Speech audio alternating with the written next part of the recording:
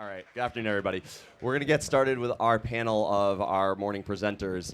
I don't know how many of you were here as well yesterday, but one thing that we have been discovering as this conference has been taking place is what a unique opportunity it is to bring the thought leaders in different areas of the psychedelic renaissance and the interplay between those disciplines. And so we had, different aspects of science and medicine yesterday, and those experts each kind of played off of each other's interests and expertise, and it creates something new, I think.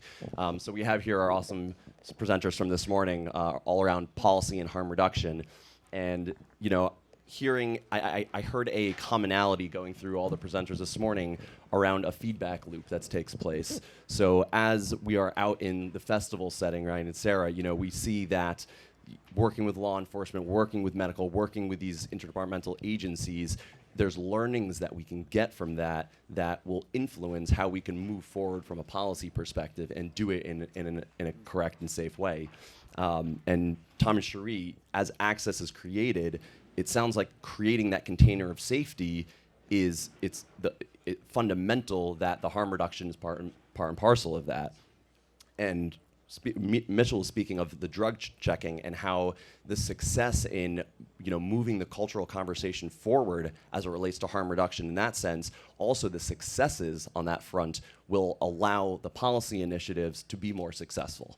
So I kind of want to have we'll start with kind of each of the presenters talking about that interplay a little bit, and then we'll move into a Q&A from the audience. So Ryan and Sara, if you want to kick us off. All right. So I will say that what we have seen in terms of our protocols, writing policy, and vice versa, is so much of that happens around learning from our failures, whether those are handoffs or communications or things like that. And I think that is such an important piece. We addressed that in the meeting, still on Zoom or something like that. Thanks for being here. We addressed that in our talk this morning, but I think one of the most important things about this movement as a community and as thought leaders is being able to make mistakes, being called out on those mistakes, and incorporating that into a feedback loop instead of taking that as an egoic, personal, point of contention. And I think the more that we can help and support each other doing that kindly and know that we are pioneering this in some ways, we're going to have an easier time, because it's really easy, I think, to vilify, whether it's the government or drugs or, all sides of the thing. The more that we can move away from the us versus them and make it a collective we, and not just from like the, psychedelic, all things are love, but from that place that there are some bigger healings we need to do. I think that as we see that in our, on the ground sort of things, we can pass that on to policy, and we can make that conversation really, as we're aiming for in all of this, more open and honest, to be able to address the shadow as well as the things that work well. Sorry, you have anything to add? Yeah, I think just a word on like working within the system and working to create a new system. I think that both are happening simultaneously. I think that there is a new world, a new system that is being created, and then there's also the need to work within the current medical, mental health, political systems. And I see that there's people who, even in this weekend talking with people, there are people who are working really much more entrenched in what we might call the system, and then people who are really working more outside of it. And so I think that there's an interplay, that not one is better than the other, but that actually change is needed in both arenas. Rick Doblin, when he talks about starting MAPS, really has spoken to recognizing when he started doing this work that, in the 60s there was this counterculture movement, and part of why it, I don't think it was a failure, but, and I'm paraphrasing Rick here, so forgive me, Rick, if I misspeak here, but that there needs to also be not just a counterculture, but there needs to also be change that is happening within the current framework and infrastructure that does exist, and that why some of that counterculture movement maybe didn't stick in the way that people hoped it would, was because it was this against, as you were saying, this us against them. And the more that we have done this work, the more we have recognized that it's really, it can't be this us against them. And if that's one thing that we hopefully learn in the psychedelic experience, right, it's that we are all connected, we are all of we are all one, as David Bronner would say, all one or none, all one or none. So it, there can't be this othering. And as we see in the systems that are happening right now politically, and what's happening is this continual fractioning and splitting. And so I think it's our intention to do this work in a way that does help to both create a new model that is outside of the system, as well as to infiltrate and to create change from within. Yeah, and I think it's important within the psychedelic movement itself to be mindful of potential factionalizing and instead think about the convergence of all this training and amazing information and share it and work together. And from an insider point of view, we've seen this kind of evolution where there's kind of uncertainty around different aspects and how to move forward, which is all part of the growth part. But I think right now we're in this super important stretch where the dialogue's starting to open up. And I think even this panel and this group here today is indicative of different aspects of the movement, kind of talking to each other, dialoguing, understanding hearts, even if the aspects are slightly different, that there is a convergence, certainly in the training and the ideas around safety and optimization of this experience. We're all kind of on the same page on most of that, if not all of that. And, the dialoguing and connecting and removing the fear-based thing or the suspicion of different ways of approaching stuff is super important. And we can kind of speak from that from our insider point of view, where we've seen this evolve a little bit and it starts to feel shaky. But I think it's a good time to have this panel and talk about that topic to move forward in a really healthy way. And I'd just like to say to everybody sitting up here right now, thank you. Thank you for what you do. Thank you for what you do. Thank you for all of us being different, because it's our difference that's going to generate something extremely beautiful. We are like a kaleidoscope, aren't we? Lots of pieces of broken glass that by themselves are not as beautiful as it is when you put all the pieces together and look at it. We are like a kaleidoscope. So we should behave like a kaleidoscope. We should see that difference is not conflict, and that our goals, while we might come at it from a different perspective and we might have different internal agendas, that they're not separate from each other's different internal agendas, because what we all want is to be able to have a drug experience that allows us to know ourselves better, to heal, to know our neighbors better, to heal with them, to know our world better, to fix our politics, to fix our families. And when we can be a family-oriented movement, I think that we will model this for each other and for the world. And we can show that we made a mistake perhaps in the 60s, but it had to start there. That was the beginning of the broken pieces of glasses, perhaps, right? And now we're trying to focus the kaleidoscope, and I think that if we're mindful of that, we'll do a good job of it. I really believe in us. I do. So my personal favorite feedback loop is for years and years and years, when phase 1 and phase 2 MDMA trials were happening, is that every death at a festival, is this loud? It sounds okay. Every death at a festival made the work harder for Rick, right? So some kid at a festival takes, methadone. It's a drug that's not even MDMA, and they call it an MDMA overdose. And the political conversation around doing MDMA research gets harder, as if that has anything to do with MDMA research. That's no longer a concern. We're now in phase 3, the critical drug status. There's nothing that can stop the research now. But now it's flipped finally. Oh, I'm right. But now the thing that's going to be happening is the exact opposite direction, right? Because as part of phase 2, we have this huge body of data. Nobody had any adverse medical incidents. Phase 3, I anticipate being the same. Then the expanded access clinics. So we're going to have hundreds and then thousands and then tens of thousands of people who are taking MDMA in a clinical setting and not dying. So now we get to have a real conversation about what it is that's killing people at festivals, right? Because now we have just this massive body of publicly talked about data that proves that it's not real MDMA at appropriate doses that's killing people. And so I finally get a little, the whole dynamic is gonna flip to which direction that help is coming from. which is just going to be great because the reality is MDMA taken in an appropriate dose in an appropriate setting is a remarkably non-problematic substance. And so we need to be talking about the fact that what's killing people is promoters who refuse to put in free water because they want to sell $6 bottles of water. They don't want to spend money on supporting harm reduction. They don't want to build shade. And like, that's really easy to fix, right? I mean, those deaths are super easy to fix. And then the other thing killing people is misrepresentation. And it's like, oh, if only there was some nonprofit that specialized in, fixing the misrepresentation problem, right?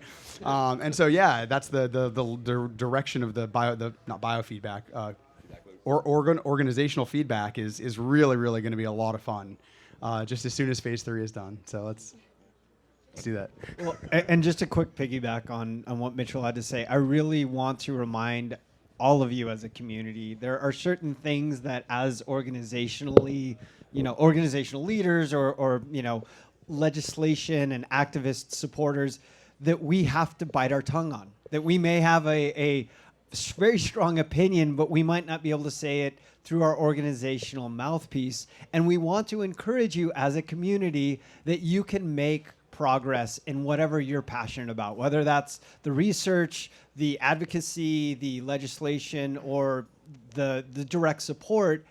And, and what you're talking about, Mitchell, the conversation we have up here a lot is like, what would it look like to add a $1 service fee for harm reduction at every festival, or a $2?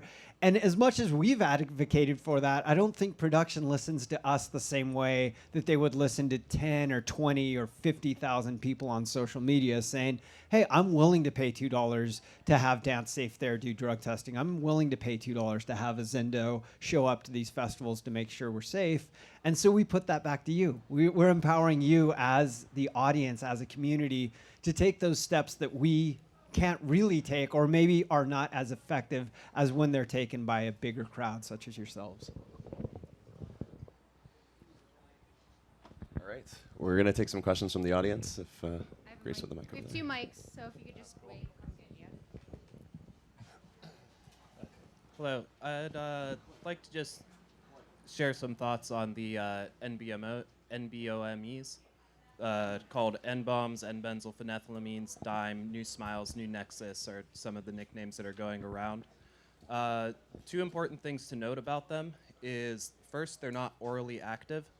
People have taken capsules full of like 50 to 100 milligrams and received no effects from that, which is about 1 to 200 doses of the drug. Another important thing to keep in mind is they're not only extremely bitter, but they don't absorb through your mucous membranes very well, which means people will tell you things like, hold it under your tongue for 20 minutes, put it between your upper gum and lip for 20 minutes. Those are signs that it's not LSD, but it's something that could be more dangerous. And another thing to keep in mind is that the dosing on them is as accurate as LSD dosing frequently, which means they'll dose like a whole sheet, then as the water evaporates, it will pull the drug to the center of the sheet, making the dosing uneven. They're also sometimes put through a process called complexation, where the NBOMe is enclosed within a starch molecule, so that makes it water soluble, and it'll pass through your mucous membranes readily, give you about 40 to 60% increase in absorption of the substance, and then break down the sugar molecule and release the NBOMe into your system, which is part of why I thought initially that the NBOMEs wasn't some weird reaction people were having, but inconsistency in dosing, not knowing whether it's complex or not. And there was one case, it's like within the first 5 overdoses, the person had taken NBOMe before. And then the second time they took less NBOMe from the same lot that they had received, and then they mysteriously died.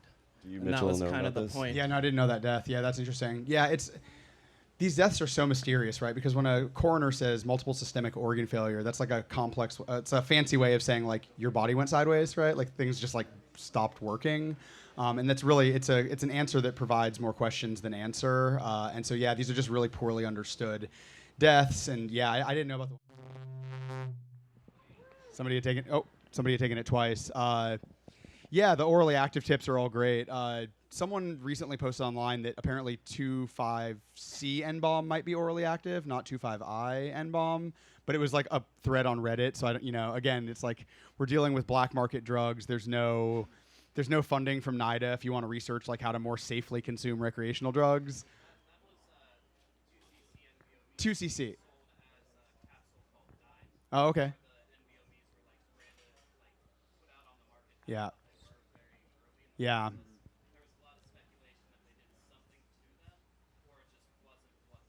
Oh, sure. Yeah. Yeah, these things are often sold sort of semi-legally in Europe, and so they'll have like branding names in Europe.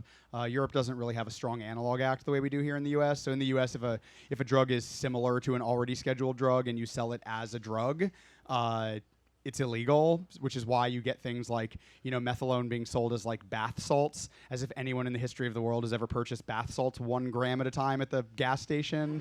But they're bath salts in the same way that 4-foot glass bong is for tobacco use only.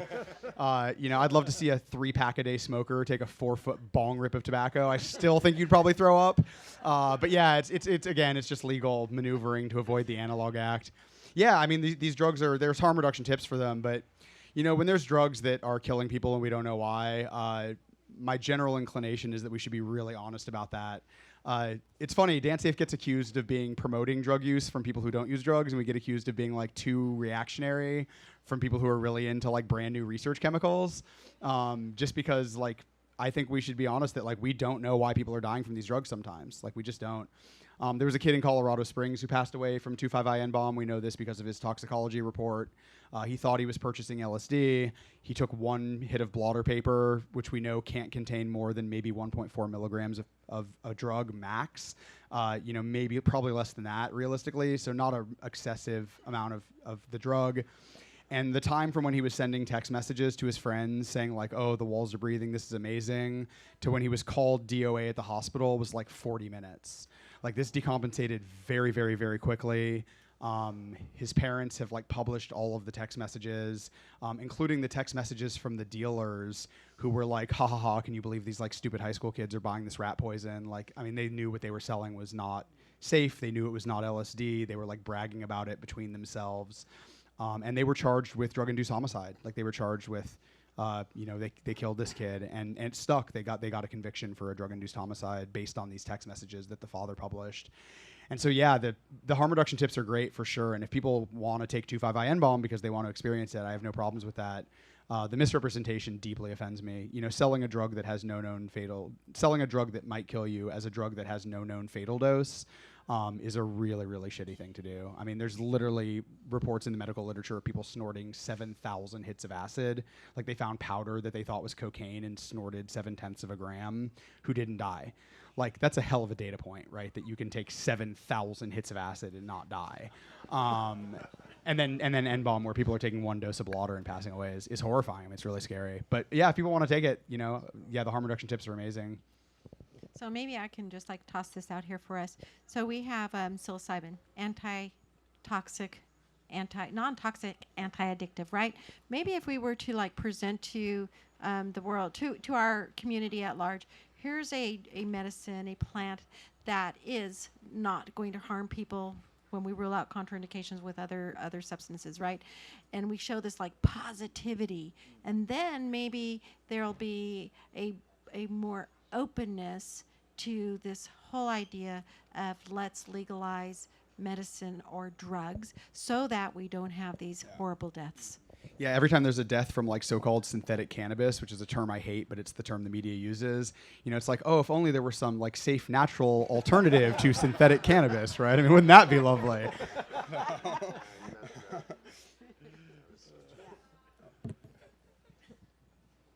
Really hits home that it's a prohibition problem. All these are prohibition problems. This is our choice as a society to create these problems. It's a we've decided to make this happen. So yeah.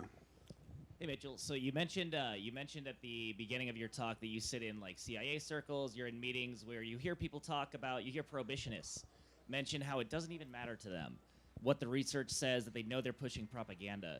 Hearing that is really disappointing because I conceptualize all the research that's being done, the efficacy of harm reduction as really effective ammunition against the war on drugs. And I hate even to use the weapon analogy because the fighting is the issue, right? The problem is with fighting it. But so if information doesn't work with these people, if information is not an effective tool or an effective weapon, what are the tools, what are the weapons that we have to wage war, to resist prohibition, to promote Right. drug peace, if it's not information? So I don't want to say that they know that they're lying or that it doesn't work. That's not how I meant to phrase that. But what they believe is that by framing the conversation as drug use is so dangerous it will kill you, and in fact, by making drug use more dangerous, they openly admit they want drug use to be more dangerous, because they believe that by making it more dangerous, that will change the sort of benefit-risk analysis that people take and make them more likely to abstain from consuming drugs. Right, so the head of the DEA under the first George Bush's administration, I mean, he said in an interview on CNN, our goal is to make drug use so dangerous that only a crazy person would do it. I mean, this was a public interview. It's an explicitly harm maximization policy. And so people who are ideological prohibitionists like that, the really hard line, drugs are evil, this is the outgrowth of early American Puritanism, right? If something feels good, it should be dangerous. That's what this is. This is the half the people who started this country were Puritans, literal Puritans. But those people are hard to sway, particularly because they're financially invested, right? Like you're not going to convince a private prison owner to legalize drugs. So don't worry about the private prison owners. Don't worry about the CIA agents. This is about framing the conversation to the public, not to the ideological prohibitionists. And most people are not ideological prohibitionists. Most people believe drugs are dangerous simply because they've been fed this information from a very, very young age. They've been, messaged. And those people are responsive to new information. So the head of the CIA is never going to agree with us. Okay, that's a problem. They're powerful. They have tools at their disposal that we don't have. They can, make the freaking TSA search me every time I fly and annoy the shit out of me, But we don't need to sway those people. We need to sway the public. And so we've had middle schools that have reached out about having the DanceSafe cards in their middle schools.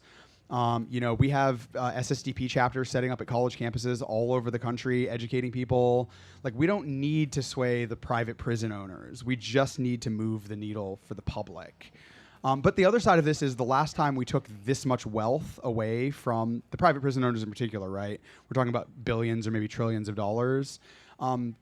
When we ended slavery in this country, that wasn't just an ideological fight over slavery. It was a fight over resources. The economic value of slaves in the South was greater than the economic value of everything else combined, including the land. Right, so the last time we took that level of wealth away from people, it literally took a civil war. I'm really hopeful we can do this without a civil war, because it's a distributed thing. It's not a geographically delineated thing. It would be really difficult. And I think we can, but we do have to think of it in terms of we are talking about taking away trillions of dollars from guys who have lots of guns. And so we need to be aware of what we're talking about is a very politically charged and financially invested thing for a small number of people. And the only way to move that is through public opinion and certainly I know this isn't a ballot initiative state, which is unfortunate, but one way is direct democracy in states where there is the ballot initiative. And that's what it's all about, is going to the people and having this conversation and developing, whether or not you're a ballot initiative state, there's coalition building involved and national coalition building, because that's where the voice gathers steam. And that's what we're seeing here today. That's why we're meeting. That's why we're talking. It's building coalitions. It's the public. It's us, the people, we the people. And certainly that's what we're up to in Oregon, but I think it's a national movement. And as this voice gets stronger, it gets heard, and it changes the calculus when you bring to the table a unified, well-conceived coalition that has a voice. That's how you change things. So that votes. I think that's really important. So one of the things about our community is that we're not infamous for voting. And we need to vote, because when we're talking about the CIA, when we're talking about people in position in the government, we put them there. Or we did not put them there, we didn't vote and we put them there, is what I'm trying to say. So we need to take this amazing privilege. I've lived in countries where people don't get to vote. And this is truly a gift to be able to vote. So we can gather, as Tom and Mitch and everybody on here on the panel are saying, we can gather our voices, and we need to, but we need to move into the next step to penetrate the system, and that means we have to vote. We have to use the tools we ourselves have constructed to change and deconstruct and reconstruct the system. And I think that that all lies on everyone in this room, in this, under this tent's shoulder, not just us up here. Just one quick addition. I think some of the resistance is entrenched and tough to move, but a lot of it isn't. A lot of it's curious. A lot of it's, is not basing their I guess they're affected by inertia of the past.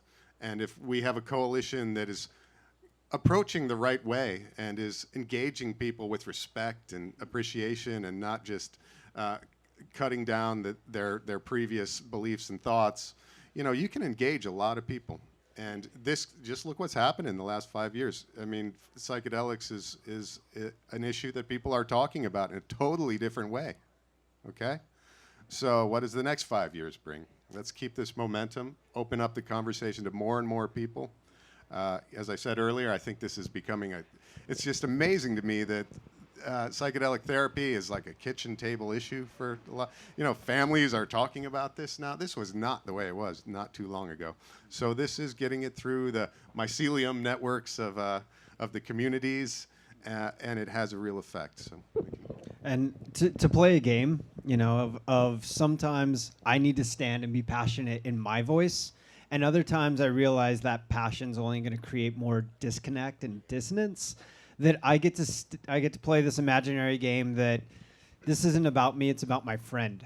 It's about this dude I heard about that had this experience. What do you think of that? And then being able to take that feedback of what maybe didn't work in that conversation into my next one and my next one, so that I can find more distance, ask more questions, and actually open up the conversation rather than stand in my own righteousness of this is what I believe and you better get on board or else. Yeah, bravo. Just to speak to, all of this, but what you spoke to, Mitchell, about there's definitely people who are, they're making billions of dollars off of this, and we're not going to change their mind anytime soon. But also to keep in mind, right, this bottom up rather than top down approach, and that there is, and even just in the decade that we've been doing harm reduction, we do see there's a changing of the guards. There is a new generational piece. So it's like, as we educate the public, those people are stepping into positions of power, and we see this with politicians right now that are changing their mind and changing their belief systems. And so there is just like as we're seeing on the political system as a whole, that a lot of the change is coming from the grassroots bottom up, and that we can't just rely on these people to change their mind and all of a sudden come to this huge change of heart, especially when they have all this money invested, and there's just people who are not going to change. But there is a renewal process that happens with each generation, and there is a changing of the guards that is happening, and we can be part of that by learning and informing ourselves on how to have these conversations in a way that is going to be heard, right? That's not going to be from a place of conflict, but that's going to come from a place of heart, as you were speaking to. Yeah, that's very true. Our voices are being heard by our children, and I think we need to really absorb that. So I have a granddaughter who's 22, and she came up to me 5 years ago, and she said, they call me Amma, and here's how our voices are being heard by our youth, the changing of the guard. And she says to me, hey, Amma, so I told you about our family trauma of growing up, right? Have you ever tried mushrooms? Okay, this is our voice being heard. How she heard about it was, if I do some psilocybin to heal, I might get healed from my family generational trauma. Okay, that's the power of our voice among the youth, and the youth are the changing of the guard. And it happens the other way around too. My mom, she'll call me and be like, so I saw maps on TV and there was a thing, and that's the organization, right, that you work for. And so tell me more about that. So it's this loop, right? Intergenerational loop, but both ways, yeah. That's exactly right. Yeah, it's critical mass, and the messaging is so important, and it's heartening to speak with all of you and kind of refine the messaging that needs to get out there, what works, what doesn't work, and we're all kind of feeling that out together. Some of it's getting pretty clear, looking at this as a way to address mental health issues is key. I think the cognitive liberty ideas are also extremely central and interesting, and we need to be thoughtful about how we get into that, because there's different ways you can approach those ideas, right? You can go the revolutionary way and like, rah, rah, we've got to change this. And, you know, we feel that in our heart, and I totally get it. But how are we going to bring that into, and maybe you can speak to this, like, how do you bring that into the community? Or do we bring it into the community? Is that even the avenue? Point being is that messaging is so key, and I think this is what all of us are kind of working on together. What does it mean to initiate dialogue up and up the chain from the grassroots? Because I often say this, as a campaign in Oregon, you know, there's a million ways we can screw this up. And there's this kind of way to work through it and do it right. And so we need to be really mindful and thoughtful and consider our messaging techniques, and that's what I would encourage everyone to think about out there, because you guys are the campaign, the big campaign to move this out into the world, and how we talk about it is super important. Yeah, so the two factions I've always sort of conceptualized this at, which has actually been changing a lot, but has been like the revolutionary versus the incrementalist. And it's Rick Doblin who really has been like pushing me since I was like 20 that I should be moving more towards incrementalist thinking and less towards revolutionary thinking. I really, my personal history is such that I just sort of, I'm distrustful of state power, and I'm in favor of big change happening quickly. It's certainly the incrementalists have been doing a lot more for the movement than the revolutionaries, although we get to be out in front as like lightning rods to like show where the big picture should go. But also, I no longer view these as conflicting things, mostly because of lots of conversations with Sara and Ryan, who are incrementalists who understand my revolutionary impulses, which is not something I find super often. When I was 14, I went to go hear a Holocaust survivor speak, Alicia Appelman German. She wrote a book called Alicia, My Story. And one of the things she said has stuck with me through my entire life. And somebody asked, you know, how do we... they were asking a sort of open-ended question. It wasn't very clear what they were asking, but the gist of what they were asking is, it seems impossible that we could, like, end racism in America, right? It seems impossible that we could, like, do that. And she said that a lesson she had learned from speaking with people who were the generation above her, right? So these were people who were making change in the 1920s, was that every major social movement in history looks impossible the day before it happens and inevitable the day after, right? So the idea that women would get the vote, the idea that we would end slavery, the idea that we would, you know, have, you know, the sort of civil rights that we have, all these ideas, the day before they happen are impossible, and the day after they happen are inevitable. And so my hope is that the drug war, ending the drug war, is another one of these where it does look impossible. It looks really, really difficult from this side of the lens. And I hope that once we're past that point, we all look back and say, well, like, of course we were in, like, how in the world could we have continued these trends? Which is fair, right? I mean, we now have a larger percentage of our population in prison than any civilization in the history of the world. Like, this just isn't tenable, and we've spent trillions of dollars on the drug war. And if you look at the number of people in our society as a percentage of the population who are using opiates, it's the same now as when you could walk into a pharmacy and buy bare heroin. The number of people using opiates hasn't changed. It's just exactly the same percentage of our population. So, like, all we've done is make the opiates more dangerous. All we've done is built a massive private prison population. All we've done is erode civil rights. All we've done is throw the Fourth Amendment completely in the trash, right? I mean, we've just destroyed the Fourth Amendment. You know, drug dogs are statistically less reliable than a coin flip. They false positive more than 50% of the time. So, like, this is a thing that allows them to search your car. Like, why not just give them a quarter? Right? Like, it would be like less of a violation of our civil rights if we just let them like flip a coin on the side of the road. And so we have to just frame this as a civil rights argument, not just for substance users. It's a civil rights argument for non-substance users too, because you're still being searched illegally. You know, the people get their doors kicked in and get shot on the wrong address like several times a year. They just kick the door down one house down from the drug dealer and like shoot the person in the house. A member of my family is involved in a business that involves lots of cash. He often flies with, you know, $50,000 or $100,000 to purchase large pieces of equipment, and he's had it taken by the police as like evidence of a drug crime. He has the bank receipts, right? Like where he went to the bank and withdrew the money and they just take his money, and then he spends $10,000 on lawyers getting his money back. Because under our system of law, civil asset forfeiture, which is where they can seize money they believe is involved in a drug crime, your money doesn't have due process rights. So they don't charge you. You'll literally see charging docs that say the state of California versus a 1971 Dodge, right? Because the property doesn't have due process rights. It's now up to you to prove that your money wasn't involved in a drug crime. And if you can't prove that, they get to keep your money. And so, like, even if you're not involved in drugs, even if you have no interest in drugs, you're still losing your Fourth Amendment rights. You're still having issues with civil forfeiture. You still might get your door kicked in. So everyone has skin in this game. Everyone.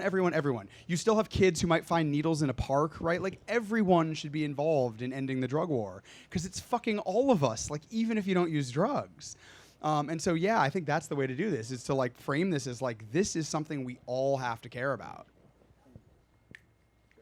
I ranted, I'm sorry. Before we take the next question, I want to add something, which is we're talking about the tools that we have to infiltrate the mainstream. That is explicitly one of the intentions of this conference. The reason we put this together was to get this group in the room in an area where this doesn't exist. There's a revolution and a renaissance happening on the coasts. I'm from New York originally. I lived there for 10 years, and I moved to Pittsburgh 4 years ago.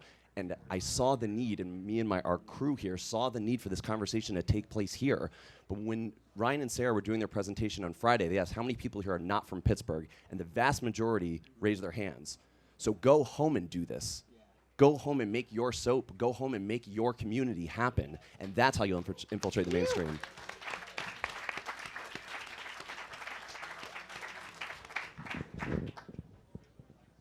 Yeah, I just wanted to thank all of you for being here and being so instrumental in this work. And it's very encouraging that we are close to a post-prohibition world. But today, we're still living within the prohibition. And I've heard all of you speak to the importance of drug checking. My question is, it's my understanding that these organizations that are doing drug checking are licensed by the DEA, but that the DEA does not allow them to provide like quantitative data as in terms of like what is the actual dosage here. And Sara, you said in the training on Friday, know your drug, know your dose. And so these organizations are allowing us to know definitively, yes, this is MDMA, yes, this is LSD, whatever, and I can know, okay, this is one tablet, this is one piece of blotter. But the dosage within those realms can vary a lot. And do you know of a source for obtaining quantitative data that's doing drug checking? Yeah, so Energy Control in Spain, you can submit drugs from the United States to Spain, and they can do quantitative data. That being said, not everyone who does drug checking is licensed by the DEA. I am explicitly not licensed by the DEA. The thing that saves DanceSafe is not the letter of the law, it's the political optics of shutting down drug checking, right? So here's this group trying to end fentanyl deaths, so we're going to arrest them is not a tenable position for district attorneys or sheriffs who have elections coming up. And so, yeah, no, the other way I badly describe my job is that I break state and federal drug laws and then brag about it on Fox News. That is accurate. That is factually true. And yeah, we're not, as soon as we have FTIR first, which is still not going to let us do quantitative, but eventually we want to build out a GCMS lab and a box truck. We will certainly be willing to do quantitative analysis as soon as we have the technology. We're talking roughly maybe $800,000 to start up, and then probably another $200,000 a year for operational costs, which is just over our current annual operating budget total as an organization. So it would require a pretty large change in our funding situation. But yeah, we'd love to do quantitative testing, but you can submit to Energy Control today. But you are mailing drugs internationally, so maybe package it carefully, right? You know, maybe find somebody who doesn't keep drugs in their house who's willing to go to the post office for you. You know, take the precautions that you would normally take when mailing drugs internationally. So, yeah.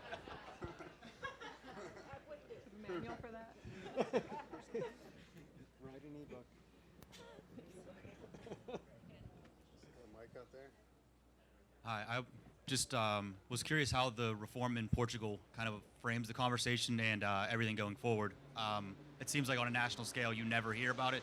I talk to a lot of people, my father, family members, that have never even heard of it, and it's been so long now, and why that data doesn't seem to be reaching a larger group of people. There's a coalition building to bring comprehensive drug policy reform to America via state ballot initiatives. and it's got a lot of firepower behind it. It's brand new as kind of the post-cannabis agenda for coalitions that worked a lot on cannabis reform. And so the idea there is, and I'm not an expert, it's not my particular area, but the general idea is to move money that's been used in the drug war towards compassionate care and creating access to addiction services, and then decriminalizing all drugs across the board so that we can move from a criminalizing system to a public health system, and looking at each drug individually and looking at what kind of protection regulations need to be around that that aren't criminalized. The current regulations are to criminalize everything kind of without a lot of science. And so with psilocybin, for example, this is a drug that isn't toxic, that isn't creating addiction problems, that isn't creating problems in society. So we want to move that through a public health-based system instead of a criminal system toward creating access and optimizing the experience and creating safety measures to allow these things to happen. Now, with other drugs, it's a little different, but none of them should fall under the realm of a criminal-based system, and that's the fundamental change that they made in Portugal, which, to my understanding, has been quite successful. Now, you know, the United States is a bigger country. There's different variables. There's lots to figure out there.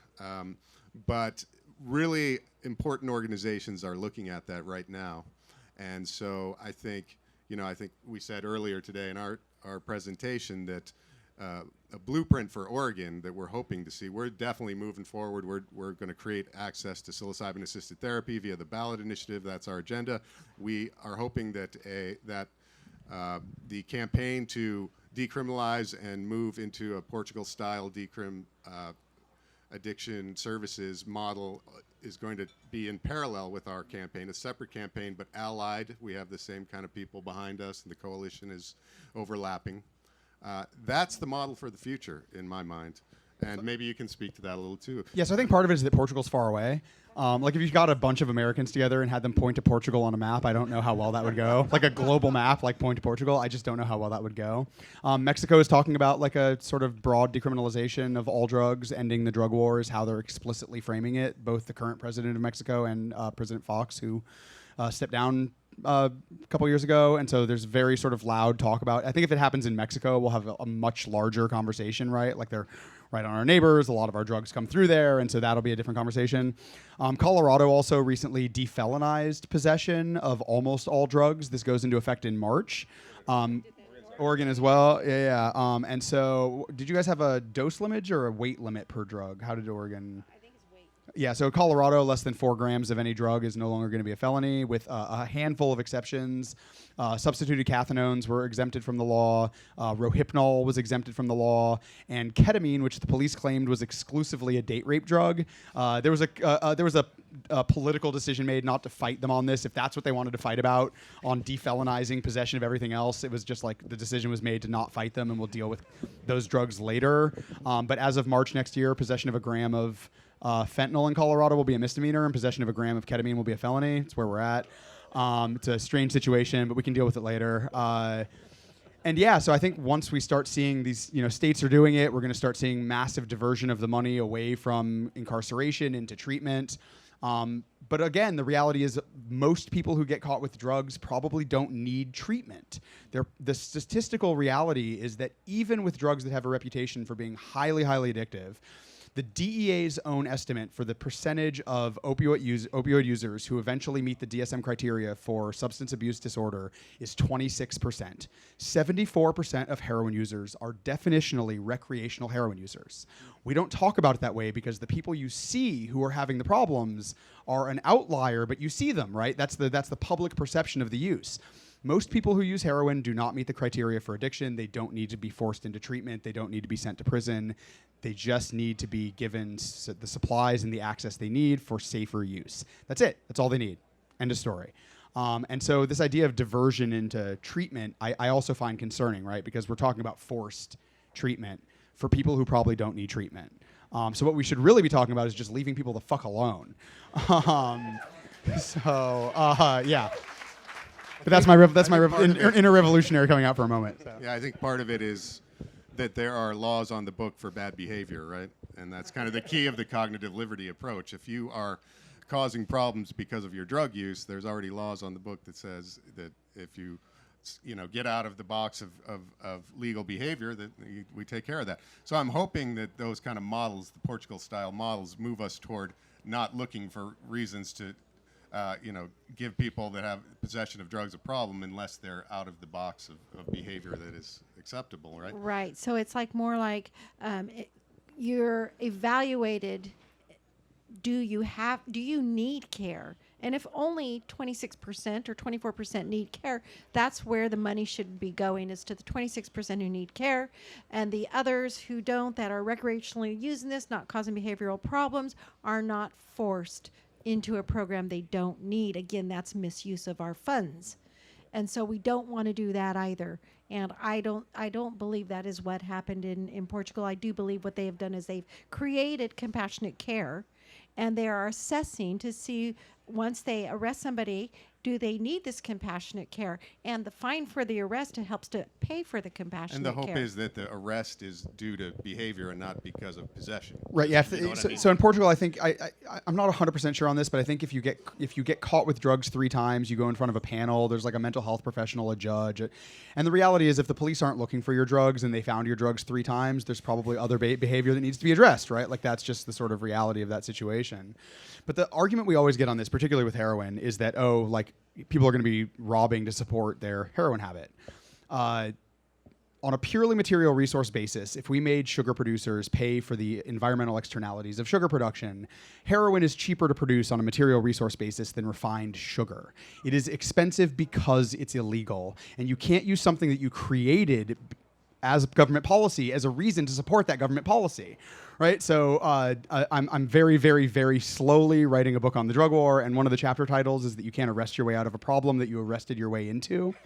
And that's just the reality. Like, people say, oh, it's so expensive that people are going to be robbing. It's like, no. Like, it's expensive because it's illegal, and everyone who moves it from A to B needs to get paid. That's it. That's the only reason it costs money. Opium grows very, very well anywhere that it's rocky and dry. Like, that defines a lot of this country. Like, there's plenty of this country where if it wasn't illegal, we could produce... I honestly think we could probably give free heroin to every person in the country who is substance use dependent on heroin for the cost of arresting and incarcerating 50 people. I really think we could. Like, we could just supply it to everyone who wants it for free for less than we spend on incarcerating people that were arrested in this city this weekend for that drug. So, like, let's just save money. Like, who's going to pay for it? Like, no. Who's going to save money? Like, us, all of us. And then if they are having substance use issues, we can give them Ibogaine. Right. And there's lots and lots and lots of ways to treat these things. Ibogaine works great for opioid use, for methamphetamine addiction. There's been some really groundbreaking work on 5-methoxy-DMT as a way of treating really resistant methamphetamine use. What's the first thing you do when your computer's not working, right? Turn it off and turn it back on again. If any of you have ever done 5-MeO-DMT, that's a pretty apt description of the experience. And so, yeah, we have solutions to these. Modern problems require modern solutions, right? And so and that's a great segue. The first presenter this afternoon is actually be speaking about Ibogaine, Trisha Eastman, so come back for that. And please give a great hand for our panel.